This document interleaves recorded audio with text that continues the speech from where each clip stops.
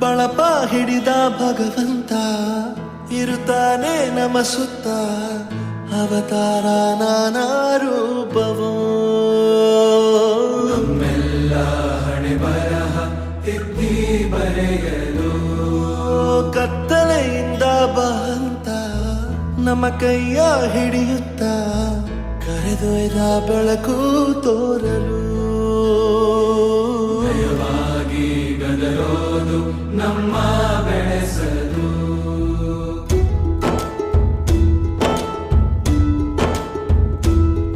ಭಾಷೆ ಅಮೃತ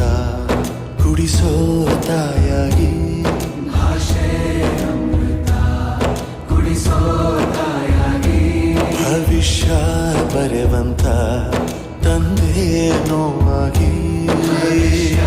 ಬರೆವಂತ ತಂದೆ ನೋವಾಗಿ ಚಂದದ